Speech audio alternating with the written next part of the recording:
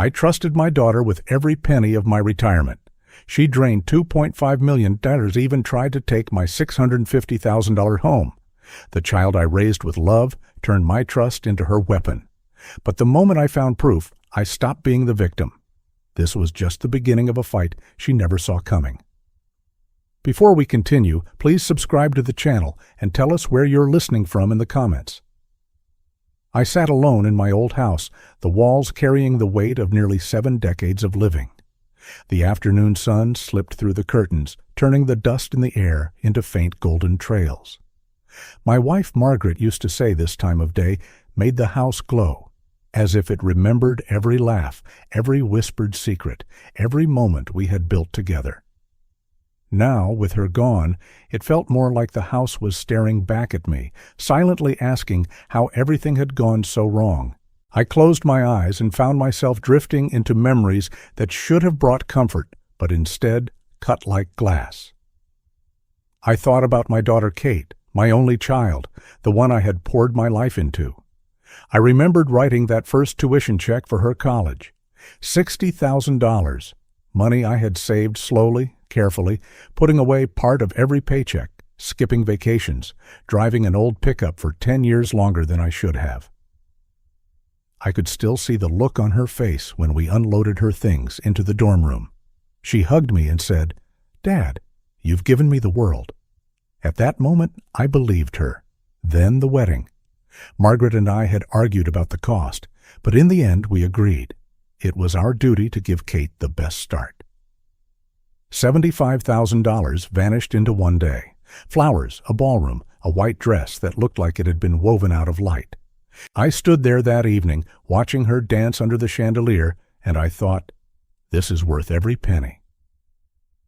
And when she and Tom wanted their first house, I wrote the check for $120,000 toward the down payment. I handed it over without hesitation, telling her, "This isn't money. This is my way of building a future with you." She kissed my cheek, whispered, "Dad, you're the best." That moment burned in my chest like a promise. But promises, I would later learn, can rot. Now here I was, 70 years old, the owner of a house worth $650,000, and holding a savings account that once stood at $2.8 million. I had built it brick by brick, hour by hour, penny by penny. Every beam of this house carried the sweat of my labor. Margaret and I laid the wooden floors ourselves back in '85, hammering until our knees ached. The family pictures lined up on the mantel, Kate in pigtails, Kate at her high school graduation, Kate holding baby Leo. They weren't just photographs. They were proof of a life, of sacrifices made, of love poured out without question. And yet, the numbers were wrong. The reports my daughter had been sending me were a lie. Michael, my lawyer of 30 years, had sat me down just days earlier with the truth. His voice had been steady, but I could hear the pity in it, the kind of pity that makes you feel smaller than a man ought to feel. "Richard," he said, "the statements your daughter's been providing, they're forgeries. The real bank records show withdrawals, systematic, structured. Nearly everything is gone. She's funneled the money through a shell company under Tom's name." I remember gripping the armrest of my chair as he spoke. The air in the room had gone thin, sharp like metal. Gone? The word echoed like an accusation. Gone were the years of discipline. Gone were the nights I stayed late at the office, drawing lines on blueprints while the world slept. Gone were the savings Margaret and I had promised each other would carry us through retirement. The shock numbed me at first. I sat there as though someone had carved me out of stone. But slowly, the numbness gave way to something worse, an ache so deep it felt like my bones were hollow. How could Kate, my daughter, the one Margaret and I raised with love, do this? That evening, I found myself in the living room, staring at Margaret's photograph on the mantel. Her smile was as warm as ever, the laugh lines around her eyes frozen in time. I whispered to her like I had so many nights since she passed. "Margaret, can you believe this? Our Kate, our little girl, she's taken everything." My throat closed up. the words strangled by tears I didn't want to shed. You always told me love was enough. Was it? Or was I blind all along? I waited, as if the photograph might answer, as if the woman who had carried half my soul might return just to tell me what to do. But the silence pressed heavier, and something inside me began to shift. The grief was still there, but it hardened into something colder. Resolve. I stood, my knees stiff but steady, and walked to the study. The room smelled faintly of cedar and old paper. This was where Margaret and I had kept the important things: birth certificates, insurance policies, deeds. I pulled open the bottom drawer of the file cabinet, the one I hadn't touched in years. My fingers brushed over envelopes and folders until they landed on a thick, cream-colored envelope. I pulled it out and stared at the words stamped across the front. Durable power of attorney.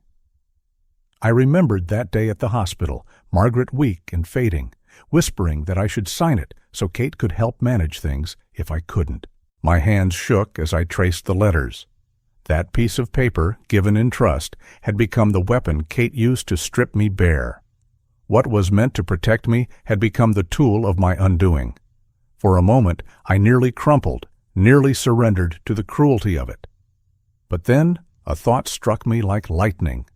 If this paper was the key, then perhaps it was also the crack in the lock. Every weapon has two edges. I set the envelope down and let my eyes drift across the desk. Margaret's handwriting was still on the sticky note attached to the family budget from years ago. "Don't forget to breathe, Richard." I closed my eyes and whispered, "If I stay silent, they'll erase us. They'll kill even the memory of what we built." My chest tightened, but with it came strength. "I will fight. I promise you, Margaret, I will fight." I reached for the phone. Michael had told me to call any time, day or night, and I knew this was the moment. My hand trembled, but not from fear anymore. It was from the weight of decision. The man who had sat stunned in betrayal was gone.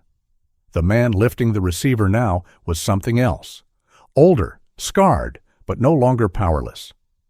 As the phone rang, I glanced around the room one more time. The family photos, the wooden floors, the beams we had painted ourselves. This house wasn't just lumber and nails. It was the last piece of Margaret and me. It was the story of us, carved into every corner.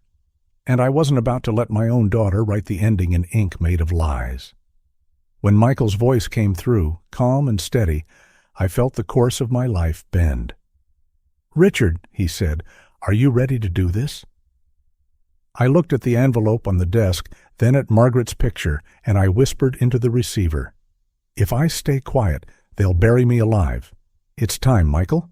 I'm ready." And with that, the silence inside me broke.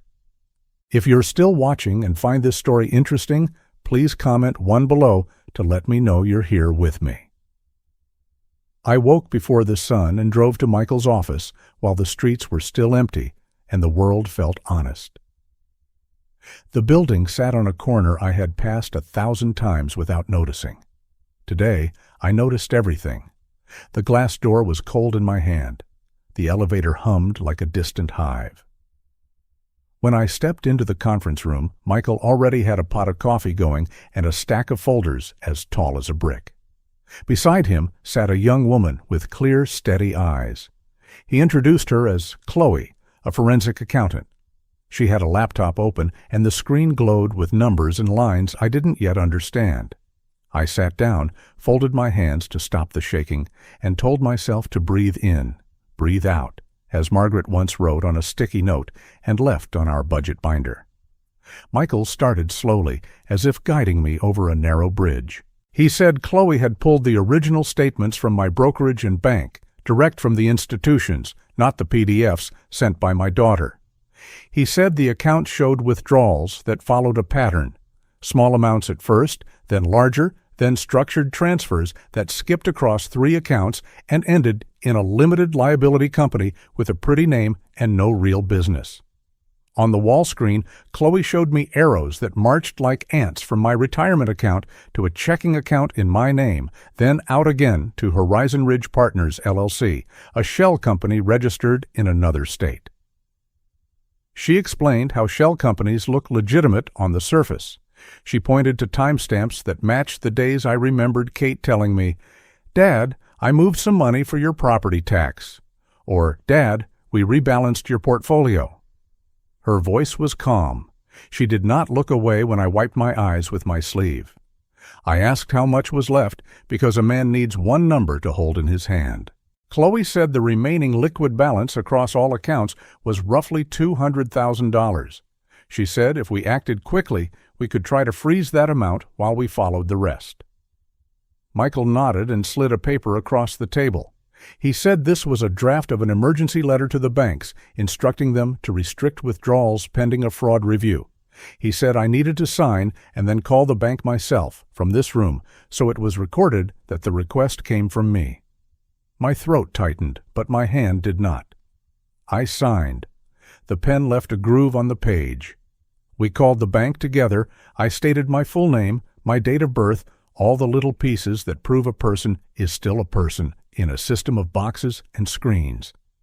I asked the representative to freeze $200,000 in my primary savings and to flag my other accounts for fraud. I explained I had discovered falsified statements, that I suspected unauthorized transfers via a power of attorney, and that my attorney was sending formal notice as we spoke. I was polite. I was precise.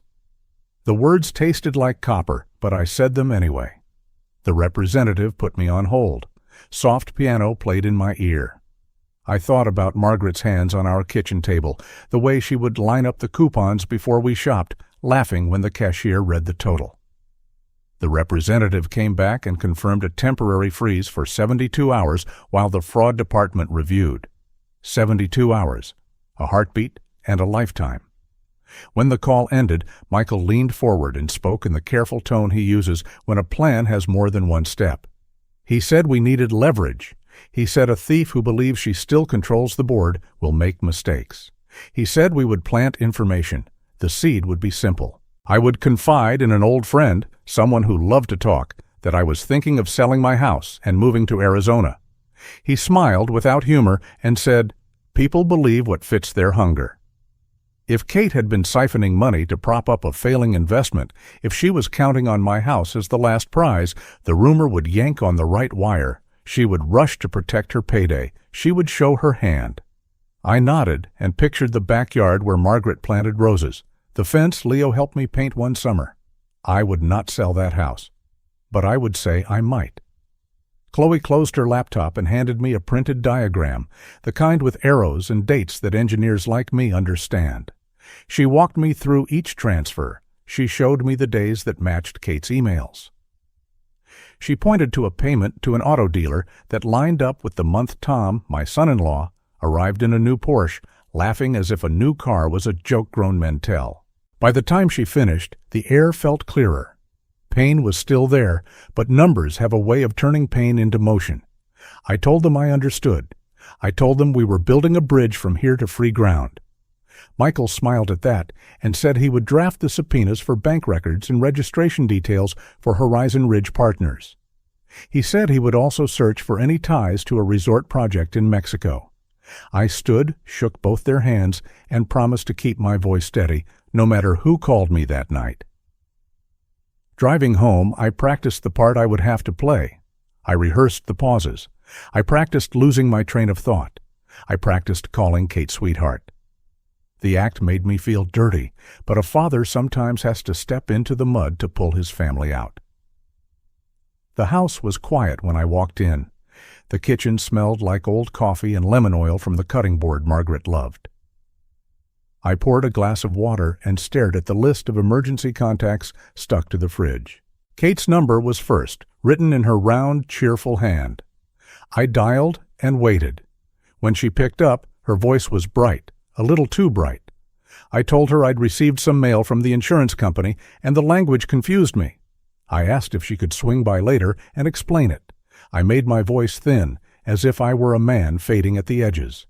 She said, "Of course, Dad. Don't you worry. Leave it on the table." She added that she had already taken care of my quarterly reports and that things looked stable. Stable. The word landed like a stone in my stomach. I thanked her, hung up, and set the hook deeper. Before she arrived, I gathered what remained of my papers and spread them on the dining table. I put the durable power of attorney on top, like bait on a line. I arranged envelopes so they looked cluttered. I left 2 mugs out because people relax when they think you're about to pour coffee. When the doorbell rang, I took a breath and opened the door. Kate stood there in a cream sweater, hair neat, eyes soft with concern. She kissed my cheek and told me I looked tired. I told her I was, but I smiled, and the smile tasted like salt. We sat. I pointed to an insurance letter and said I didn't understand the beneficiary language. She explained it slowly, like a teacher with a student who has always been just a little behind. She told me not to worry, that she would handle it. Then she gathered a small stack of papers she said she had brought for me to sign. She said these were updates to my home insurance to reduce risk and taxes. I nodded and asked her to walk me through each page. She hesitated, then slid one paper forward and tapped a box with her fingernail. I glanced down and saw something that made the room tilt. It was a copy of my old will, one Margaret and I had created years ago, except a line near the end had been struck and rewritten by hand. The handwriting looked like mine if you squinted, but the R's were wrong. The pressure was wrong.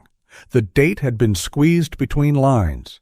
The new line shifted the order of property distribution for simplicity. My name sat beneath it like a man strapped to a chair. I did not flinch.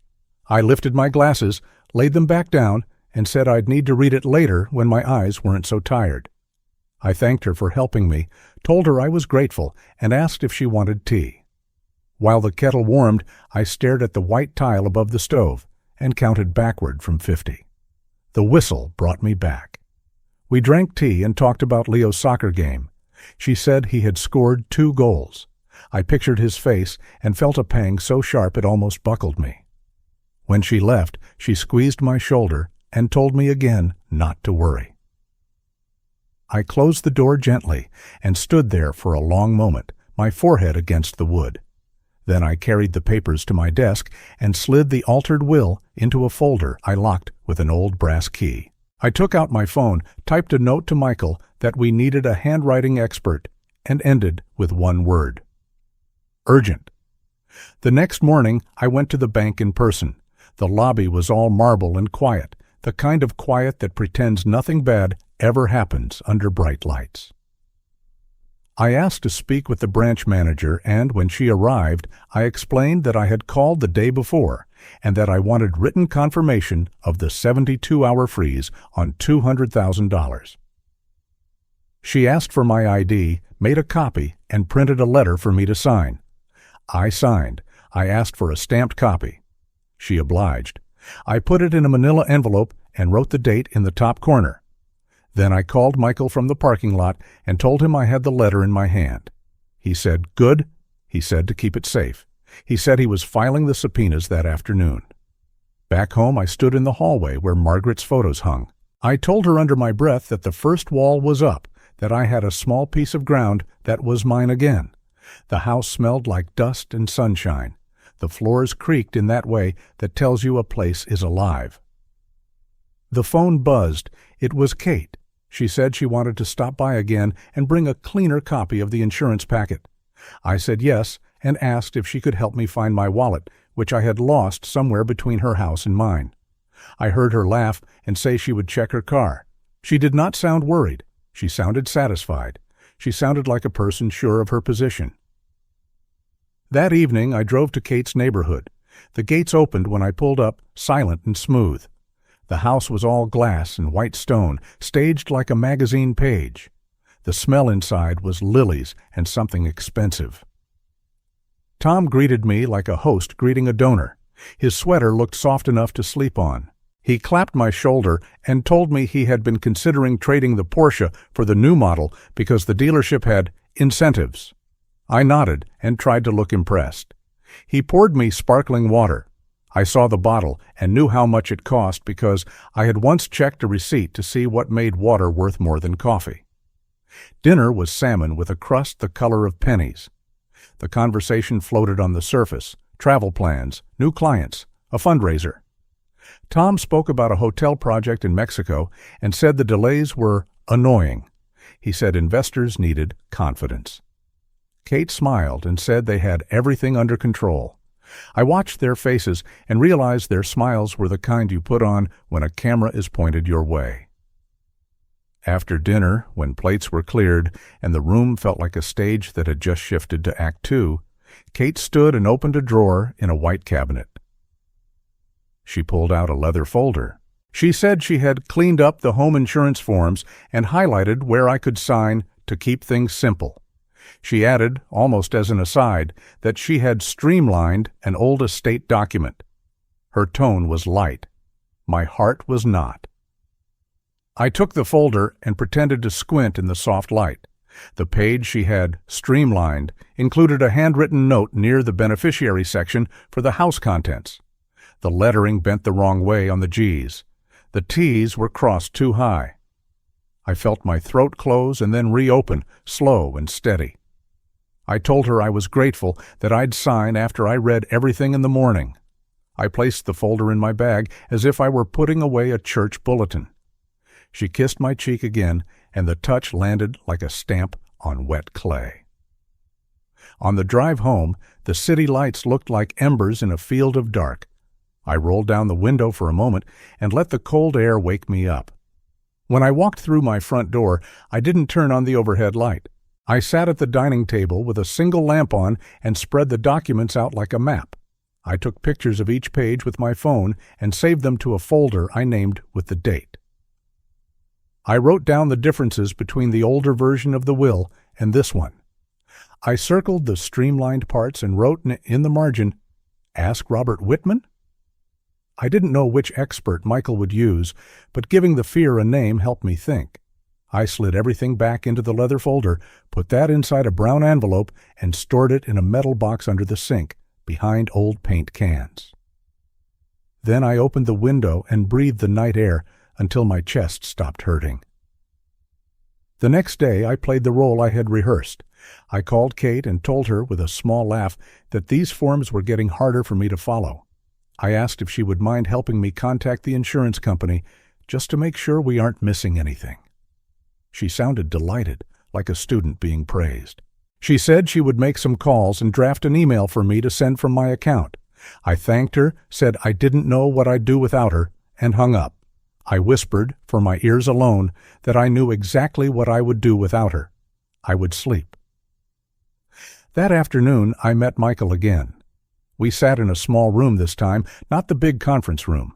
He said the subpoenas were filed. He said he had also spoken with a colleague who specialized in contested estates and conservatorship disputes. He said the colleague had warned him that when people see a house like mine and a balance like mine, they get ideas about protecting the elder for his own good. The word protect made my skin itch. Michael said we would be ready. He asked if I had considered the rumor. I told him I had, and I knew exactly who to tell. Arthur was an old friend. We had built 2 decks together back when our knees were younger. He was kind, loyal, and incapable of keeping news to himself for more than an hour.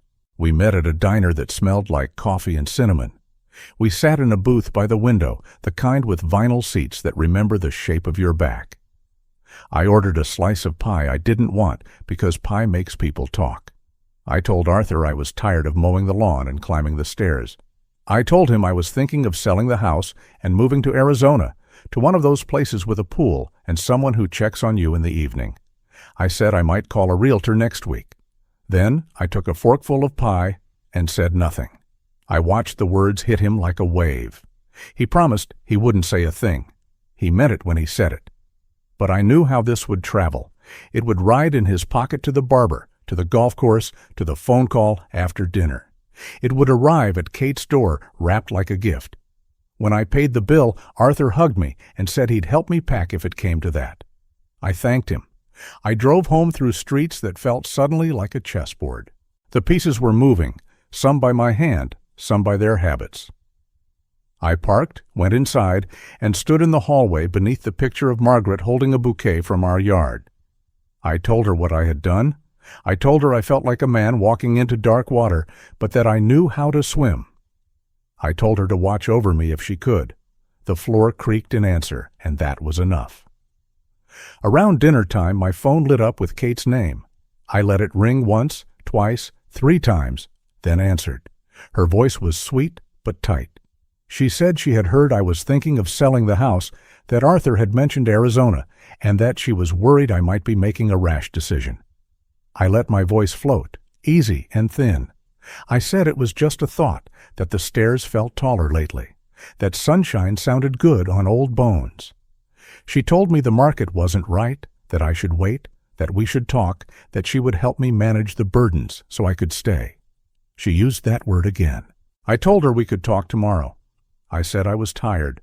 I wished her a good night, and before I ended the call, I added, almost as an afterthought, that I still couldn't find my wallet, and maybe I had left it in her car.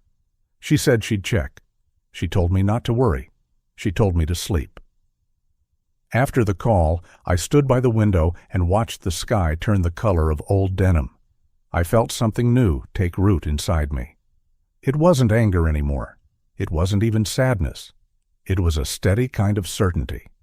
The kind you get when you've measured a beam 3 times and made the cut you know will hold. They thought they were herding me toward a pen. They thought they were shaping my days. They were wrong. I whispered it to the empty room so I could hear it in my own voice. They think I've lost, but the game has only begun. I took out a fresh legal pad and wrote tomorrow's date at the top. Under it, I wrote 3 lines. Call Michael at 9, confirm bank freeze extension. Meet Arthur for coffee and let him, accidentally, mention a realtor friend. Then I drew a small square and shaded it in. That square was the folder in my sink cabinet. That folder was the altered will.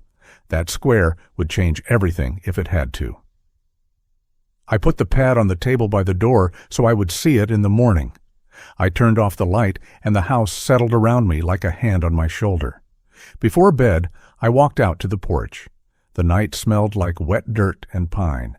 Somewhere a dog barked at nothing, the way dogs do when they sense edges we don't see. I thought about Leo. I thought about the trust his grandmother had wanted for him, the way she had circled the college brochure with her pen and written, "For our boy," in the margin. I closed my eyes and pictured him as a man, standing tall, not bent by his mother's choices. That picture lit the path in front of me like a lantern. In the quiet, another thought surfaced, simple and strong. This was not only about money. It was about saying my name and having it mean owner of this life. It was about refusing to let someone else write the last chapter in a hand that wasn't mine. I went back inside, closed the door, and locked it. Then I set my phone on the nightstand, face down, so the light would not wake me. Tomorrow would be a long day, but tomorrow belonged to me. When I finally lay down, I whispered one last thing to the darkness, to the woman I loved, to the house that had held our years. If I stay silent, they will erase us. I will not be silent. And with that, I slept, not as a man who was beaten, but as a man whose tools were laid out in order, ready for morning. If you're still watching and find this story interesting, please comment 2 below to let me know you're here with me. The rumor moved faster than I expected. By mid-morning, my phone lit up with Kate's name, then again and again. I let it ring 3 times, the way Michael had coached me, and answered with the slow, easy tone of a tired man. She didn't bother with small talk. Her voice was tight, breathy.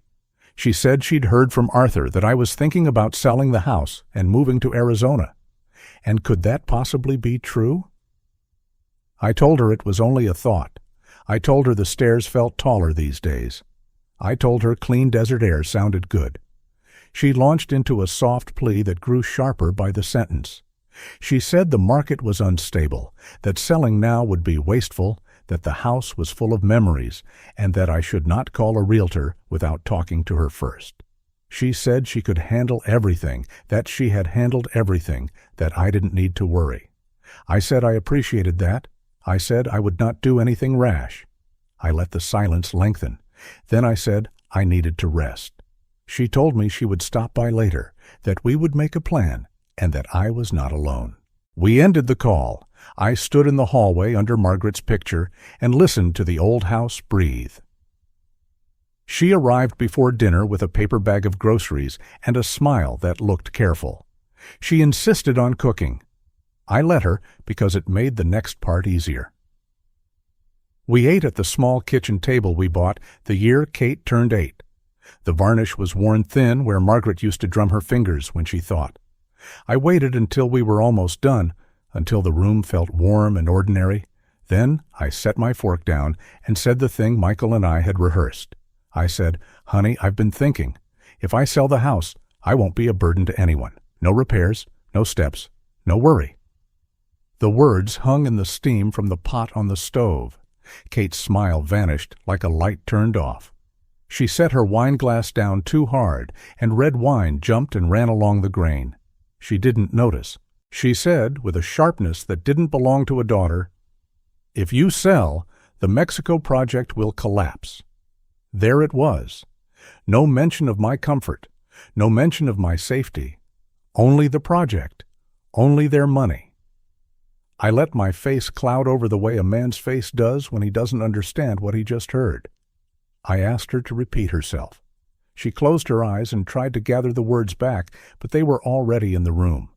She softened her tone and told me I was tired and confused, that I should rest, that talk of selling was impulsive.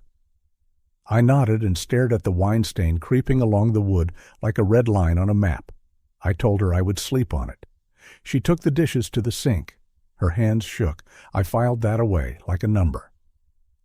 The next day, I prepared the living room the way Michael and I had planned. The little cedar birdhouse Margaret kept on the mantel had a hollow base. I eased it open, set a tiny recording device inside, and angled the painted roof so the opening faced the sofa. I tested it with a whisper and checked the phone it was paired to. The waveform jumped. I closed the base and set the birdhouse back exactly where it had been, a little guarded sentinel in plain sight. Then I waited.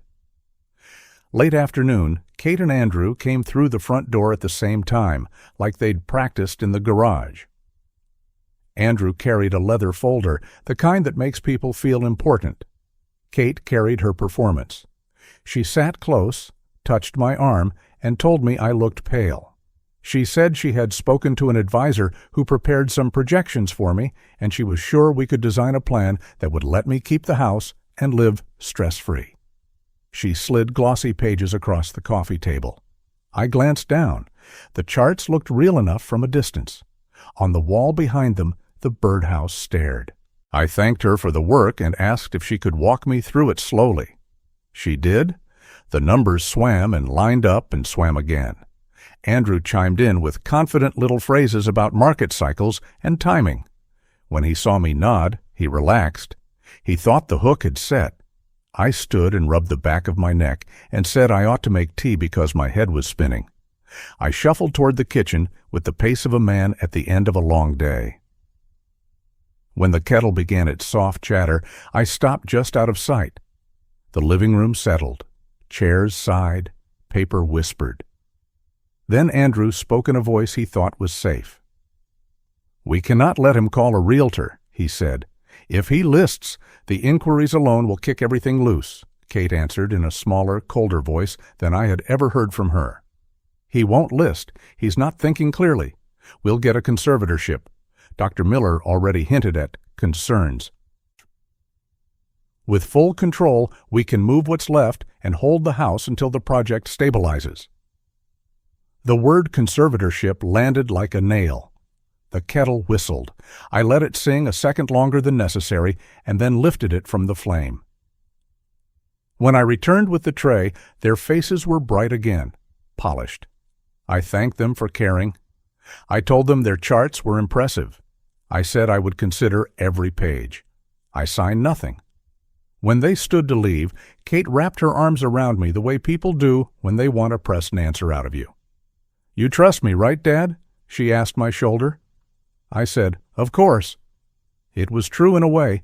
I trusted her to do exactly what her fear told her to do next. That night, I sent the audio to Michael from my computer with a single line. "It's all here." He called within minutes. He did not waste time on shock or sympathy. He said, "We have what we need to go on offense." We met the next morning in his office that smelled faintly of old books and fresh coffee. Chloe was there with a binder thicker than a dictionary. Inside were timelines, bank statements, and diagrams that showed the life of my money after it left my accounts. Arrows leapt from account to account, then into Horizon Ridge Partners, then into transfer wires labeled management fees and investment drawdown for a resort project in Mexico. Chloe said the total project budget looked to be $15 million, already overrun, behind schedule, and bleeding cash. She said the timing of my withdrawals lined up with their biggest problems. She said their texts, which Michael would request in discovery, would likely show the panic behind the numbers. Michael built the case out loud, like a foreman calling orders across a job site. He said we would file an emergency motion to extend the bank freezes, subpoena the advisor who prepared those projections, and ask the court to appoint an independent neuropsych evaluation for me. He said we would be ready if Kate filed for conservatorship, and that he hoped she would, because it would drag their story into a room where facts matter. He said we would introduce the recording only if they opened the door by painting themselves as loving guardians. He said he would call Dr. Susan Clark, the court's own psychiatrist, who had already spoken with me and could testify to my competence. He asked if I was ready. I told him yes. I told him I wanted the truth to sit in the center of the room where everyone could see it. We did not have to wait long. 2 days later, Michael called and told me the petition had been filed. I imagined the paper sliding across a clerk's desk like a slow blade. I dressed in my best suit, the navy one Margaret liked, and met Michael on the courthouse steps. The building's stone columns threw a cool shadow across the sidewalk. Inside, the wood-paneled courtroom held the quiet of a church just before a service begins. The judge sat high behind the bench, a woman with eyes that missed nothing and a mouth set like a straight line on a level. Kate and Andrew sat across the aisle with their attorney, a silver-haired man who wore a smile the way some people wear armor. Their case opened with a polished speech about love and concern and the dangers of sudden decisions by a grieving elder. He spoke of my erratic talk, of selling the house, of my confusion about documents, of my vulnerability. He called a family friend who said I had seemed forgetful at a fundraiser, that I had repeated myself, that I had left early, looking distressed. He called a physician, Dr. Miller, who explained that, based on a brief interaction arranged by Kate, he had serious concerns about cognitive decline. The doctor used words that sound like facts when said in a calm voice. I watched the judge take notes. My hands were steady on my knees. When it was Michael's turn, he stood without flourish and let the silence work for him. He said the petition painted a picture that would not survive contact with evidence. He said we would begin not with me, but with the court's own expert. He called Dr. Susan Clark. She spoke clearly and without rush. She said she had met with me twice for several hours. She said I performed at or above average on every measure of memory and reasoning for my age. She said my financial literacy was intact, that I tracked details, that I asked appropriate questions, and that I demonstrated insight into the risks and benefits of major decisions. In my professional opinion, she said, Mr. Harris is fully competent to manage his own affairs. The words settled like stones in a jar. Across the aisle, Kate's shoulders rose and fell once, sharply, like a person who had forgotten to breathe. Michael did not turn to me next. He called Chloe. She walked to the stand with her binder and opened it to a chart the size of the judge's code book. The screen behind counsel lit up with a simple graph. Chloe told the story of the money. She showed the dates. She showed the amounts. She showed how $250,000 here became numbers hidden behind a company with no employees. Then fees, wires to accounts linked to the Mexico venture. She explained how the withdrawals began soon after Margaret died, grew regular, then became larger when the project fell behind. She did not accuse, she simply laid the lines down and let them point. Then Michael asked the court's permission to play an audio clip that went to intent. Permission granted. He pressed a button. My living room came to life in the speakers. Andrew's voice first. We cannot let him call a realtor. Then Kate's. He won't list. He's not thinking clearly. We'll get a conservatorship. With full control, we can move what's left and hold the house until the project stabilizes. The words were not dramatic. They were practical. That made them heavier. You could feel the room shift. Their attorney objected to the tone and context. The judge overruled and asked for the time and date. Michael supplied it. He said the device had been in my possession since recording. He said the audio corroborated the financial pattern Chloe traced. In the gallery, someone coughed into a handkerchief, the sound loud in the hush. Michael waited for the air to settle, and then reached for the last piece. He told the judge we would call a document examiner to address a separate but connected matter, an insurance amendment filed weeks before Margaret died. He called Robert Whitman, a quiet man with careful hands. He placed 2 enlarged signatures on the screen. He explained how real signatures flow and how imitations often pause and press too hard at odd moments. He showed where the loop on the G in Margaret's name was wrong. He showed where the baseline wavered in a way that did not match 20 other samples from checks and letters she had written over 3 decades. He did not point toward Kate. He didn't have to. He concluded that the amendment was not written by my wife. He added that the associated payout, $1.2 million, had been deposited into an account controlled by my daughter. The number rang out like a strike of metal on metal. $1.2 million. The room tightened. Across the aisle, Kate's face lost its color like a curtain being drawn. Their attorney stood and tried to speak at once, objecting to everything, then choosing nothing. The judge told him to sit. Andrew turned to Kate with a look that told a different story than the one they had brought. It was not anger, it was panic. He whispered something that sounded like a question. Kate stared at the table as if her eyes could drill a hole and let her fall through. For a long moment, no one moved. Then she began to cry, not the soft kind that wins sympathy, the hard kind, sudden and ragged, the kind that breaks masks. Michael did not push. He let the evidence stand in its own light. He asked for denial of the petition, for an order freezing all known accounts tied to Kate and Andrew, for a directive to produce company records for Horizon Ridge Partners, and for referral to the district attorney for investigation into elder financial abuse and insurance fraud. He sat down. I realized I had been holding my breath. I let it go slowly. The judge spoke without flourish. She said the court found me competent. She said the petition for conservatorship was denied with prejudice. She ordered a freeze on accounts controlled by Kate Harris and Andrew Collins and any entity in which they held a controlling interest, pending review. She ordered the immediate production of records for Horizon Ridge Partners, LLC. She referred the matter to the district attorney for criminal investigation. She said the evidence presented in her courtroom revealed not a daughter's concern, but a calculated scheme to strip an elder of assets and silence him with the color of law. Her voice did not rise.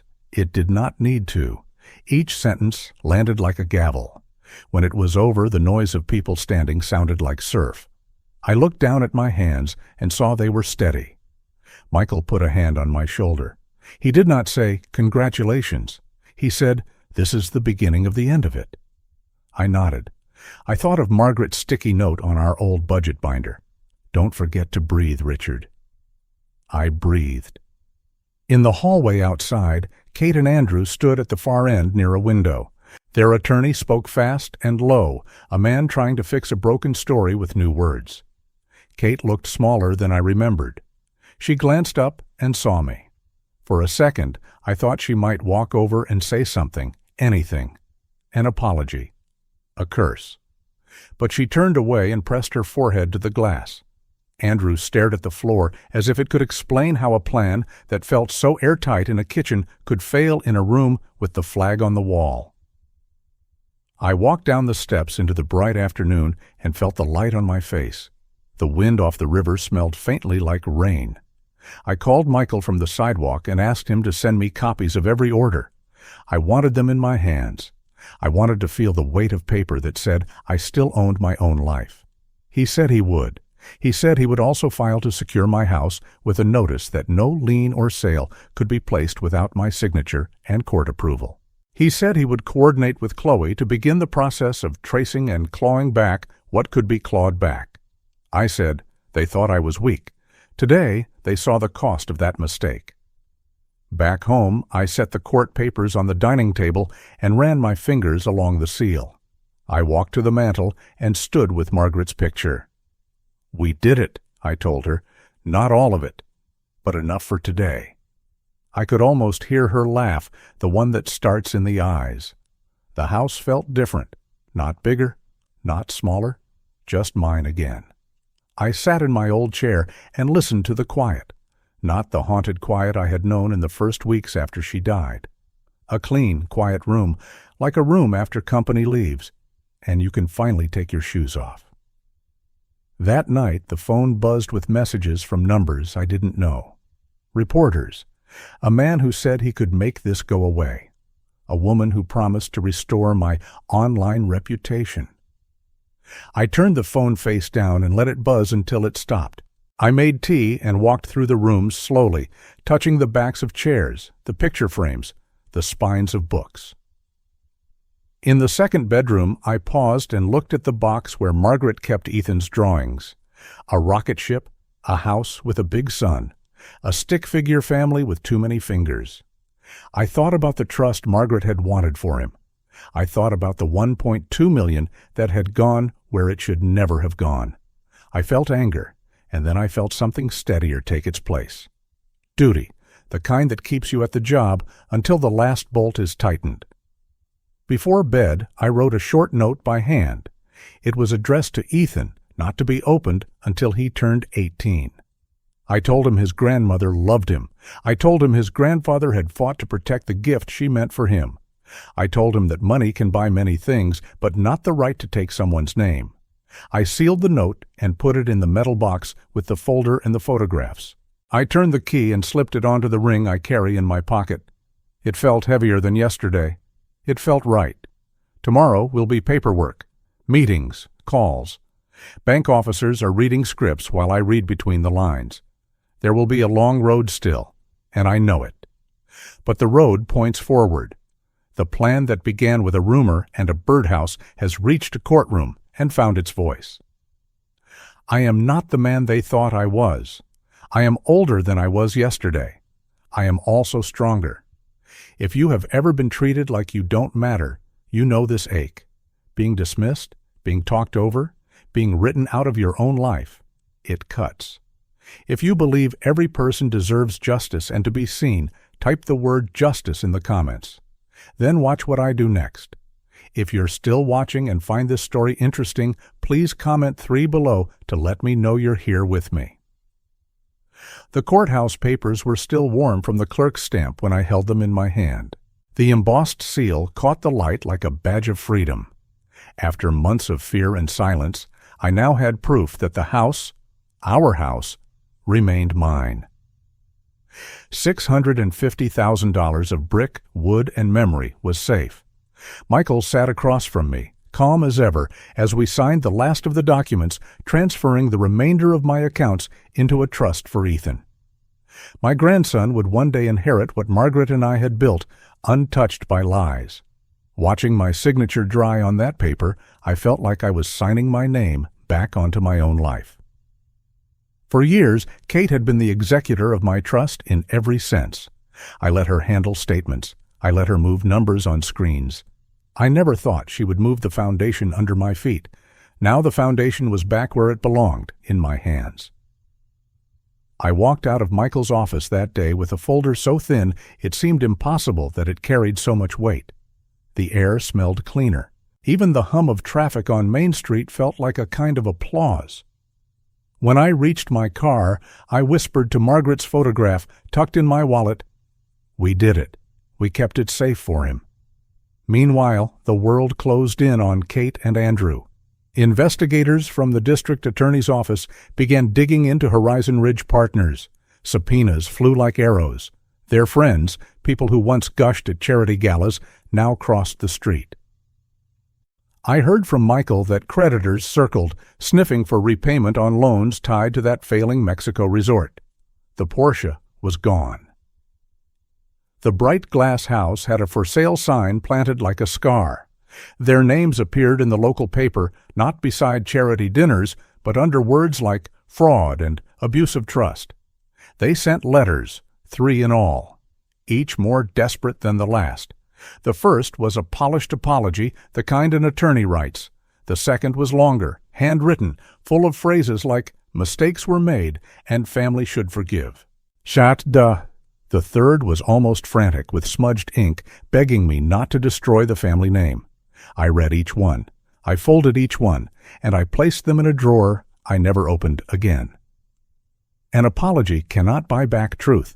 A signature in false ink cannot be undone by words.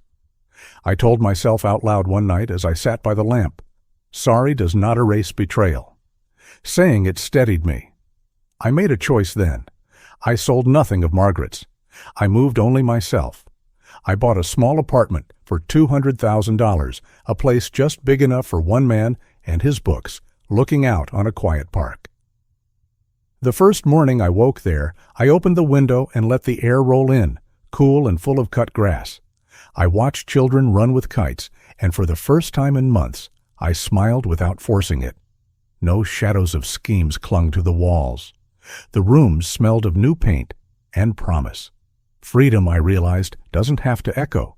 Sometimes it hums softly in a small, safe space. Life slowed in the best way. I joined a seniors community group that met on Thursdays at the park center. We planted flowers in square wooden beds. My hands, once used to blueprints and screwdrivers, learned again the patience of soil. Tomatoes, marigolds, even a stubborn row of beans that never quite grew straight. We laughed about it anyway. On Sundays, I pulled out the old guitar Margaret gave me for our 10th anniversary. My fingers were stiff at first, but music is forgiving. The strings sang, and with every chord, I remembered pieces of myself I thought were gone. Some afternoons I sat on the balcony, guitar on my lap, and played while the sun fell across the trees. Neighbors waved. One woman shouted, "Play that again." I did, laughing at myself like a boy. Slowly, the ache in my chest loosened, and through it all, I thought about the lessons. The first was clear. Never trust blindly. Even blood can betray. A parent's heart wants to believe, but trust without oversight is not love. It is surrender. I wished I had learned that earlier, but at least I had learned it now. For parents, the lesson is simple. Protect your assets with clarity, with paper, with witnesses. Love your children, but do not hand them the keys to your soul without safeguards. For children, the truth is harder. Greed does not just destroy bank accounts. It tears families at the seams. No amount of money can stitch them back together. And for this world we live in, the message is sharp as glass. Character outweighs cash. Money may glitter for a season, but only integrity can stand the weight of years. I saw the contrast as clearly as light and shadow. My days filled with peace. My opponent's days are filled with lawyers, debts, and empty rooms. Kate, who once stood in designer shoes and smiled for cameras, now walked into the courthouse in flats and lowered eyes. Andrew, once proud of his fast car, now drove a rental. Their silence was loudest of all. They did not call again. They knew my answer. My silence to their apologies was the loudest word I would ever speak. I told myself as I locked their letters away, I don't need their voices anymore. I have my own life.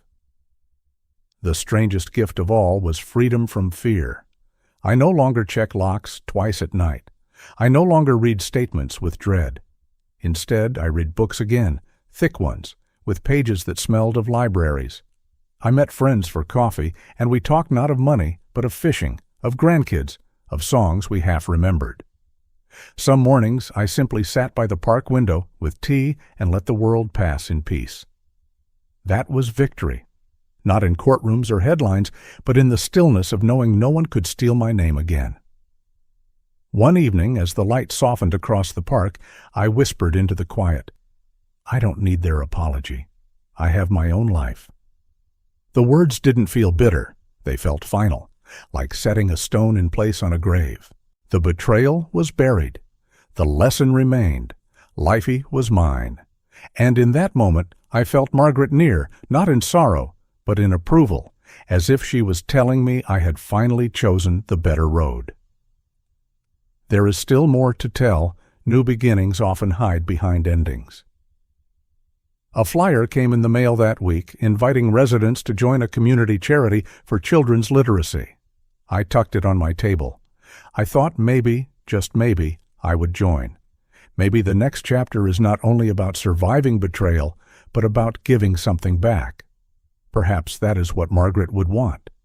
The thought stayed with me, lighting a small lamp inside, pointing the way toward tomorrow. The mornings in my new apartment began with light spilling through the tall windows, soft and steady, the kind of light that made you believe the world still had gentleness left in it. From where I sat at the little kitchen table, I could see the park across the street.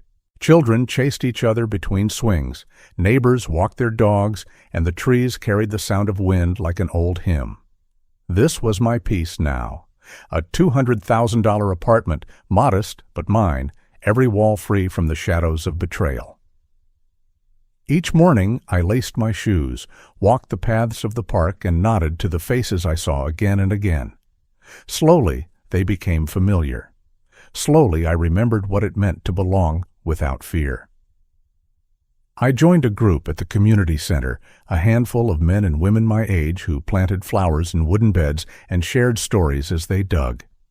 On Thursdays, we packed boxes of food for families in need. On Sundays, some of us met to play music. I brought my old guitar, the one Margaret gave me decades ago. My fingers were stiff, but the chords still carried warmth. They laughed when I missed a note, and I laughed too. There was no judgment here, only presence, and that was enough. For the first time in years, I wasn't watching my back. I was simply living. One afternoon, a letter arrived. The handwriting on the envelope was familiar. Kate's. The last apology I knew before I opened it, but I didn't open it. I placed the envelope in the drawer with the others, slid it shut, and turned the key. I whispered to myself, I don't need to read it. I don't need to answer. There was power in silence. There was freedom in refusing to reopen a wound. I had made my choice, and that choice was to live forward, not backward. That evening I sat by the window with a cup of tea, watching the sun set behind the trees, and felt no weight on my chest. For the first time, the past did not follow me into the night. Sometimes, when the park was quiet, I spoke to Margaret's picture on the wall. I told her, we did it, we protected what was ours, we kept it safe for Ethan. I would close my eyes and remember her laugh, the way her eyes crinkled when she teased me. I imagined her nodding, as if to say she approved. In those moments, I felt not sorrow, but peace. She had been my compass, and even though she was gone, her love had guided me to this shore. As for Kate and Andrew, their world shrank. Their bright house was sold, their Porsche repossessed. They moved into a small rented apartment on the edge of town, far from the circles they once boasted in. Andrew faced creditors, lawsuits piling like bricks on his shoulders. Kate's name, once polished by charity events and photographs, was now whispered with pity or disdain. They appeared in court again, not as polished heirs, but as defendants. Friends they thought would stand with them had melted away. Reputation, I learned, can collapse faster than fortune. I did not take joy in their suffering, but I did not pity them either.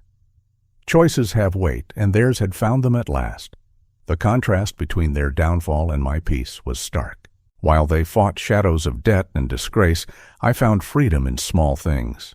Pruning a rose bush, hearing children's laughter through an open window, strumming a song that made my neighbors smile. It was not wealth that restored me. It was dignity. It was the understanding that no one could take my name, my truth, my worth, unless I handed it to them. And I never would again. The lessons were etched deep in me now. For parents, I would say this: love your children, but guard your assets. Boundaries are not cruelty. They are protection. Affection does not mean surrender. For children, I would say, do not gamble with the trust of the ones who gave you life. It is worth more than any inheritance, and once broken, it may never return. And for the world we live in today, the truth is plain. Greed is a disease that can rot even the closest blood ties. Only character steady, honest character can withstand time. One small surprise came that summer. At a community meeting, a neighbor approached me with a flyer about a literacy program for children. They needed volunteers to read to kids after school. I took the paper home, laid it on the table, and stared at it for a long time. I thought of Ethan, of Margaret reading to him on the porch swing, of his drawings folded in the box I still kept. I signed up the next morning. Twice a week now, I sit with children who listen wide-eyed to stories of heroes, mistakes, and triumphs. Their laughter fills the room, and I walk home lighter than I left. Life had given me back purpose in a way I hadn't expected. And so I end this chapter of my life not with anger, but with clarity. I do not need Kate's words, no need for Andrew's excuses. Their silence is theirs to live with. My silence is my freedom. The park outside my window, the guitar on my lap, the neighbors who wave when I pass, this is my inheritance now. I told myself last night as I turned out the lamp, character is the only wealth no one can ever steal, and I have finally found my peace. The story has come to an end. I hope it has brought you valuable lessons and insights. If you enjoyed this content, please like, share, and subscribe to the channel so you won't miss the next video. Goodbye, and see you again.